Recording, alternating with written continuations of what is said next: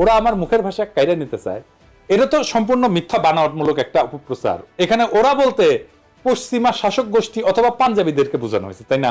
প্রথম পয়েন্ট হইতেছে কায়েদ আজম জিন্নাহ যে ঘোষণা দিছিলেন সেটা হইতেছে পাকিস্তানের সংবিধানে অফিসিয়াল ভাষা বা স্টেট ল্যাঙ্গুয়েজ কি হবে, রাষ্ট্র ভাষা কি হবে। কারণ মাতৃভাষা নিয়ে সেই ভাষণে কোনো আলোচনা হয় নাই, তাই না? মাতৃভাষার অফিসিয়াল ল্যাঙ্গুয়েজ দুইটা ভিন্ন জিনিস। অফিসিয়াল বা স্টেট ল্যাঙ্গুয়েজ কি? অফিসিয়াল ল্যাঙ্গুয়েজ হলো একটা রাষ্ট্রের সরকারি দপ্তরে আদালতে যে নথিপত্র, কাগজ, রাষ্ট্রীয় আর্কাইভ, চিঠি লেখা আর সংরক্ষণ করা হয় সেইটাকে রাষ্ট্রের অফিসিয়াল বা স্টেট ল্যাঙ্গুয়েজ বলে। আর লিঙ্গুয়া ফ্রাঙ্কা কাকে বলে? লিঙ্গুয়া ফ্রাঙ্কা হইতেছে দেশের বিভিন্ন ভাষাভাষী মানুষের মধ্যে যোগাযোগের কমন মাধ্যম বা মিডিয়াম।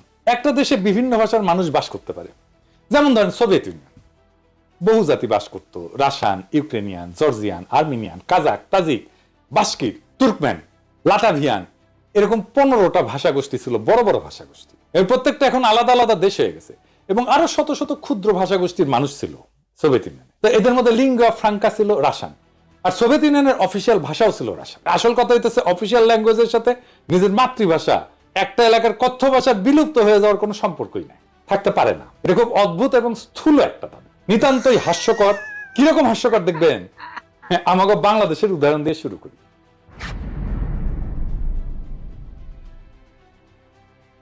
বাংলাদেশের অফিসিয়াল ভাষা হচ্ছে বাংলা, তাই না?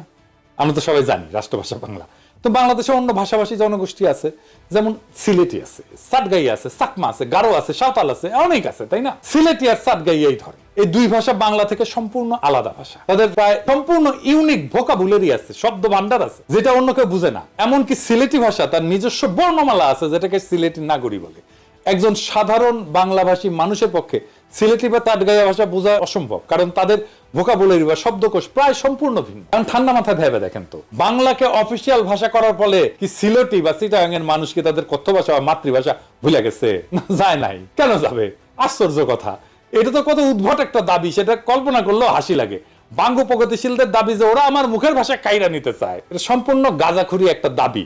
এখন যদি চিটাগাং বা সিলেটের ভাইয়েরা যদি বলে ওরা আমার মুখের ভাষা কাইরা নিতে চায়, তাহলে বাঙ্গু প্রগতিশীলরা কই যাবে?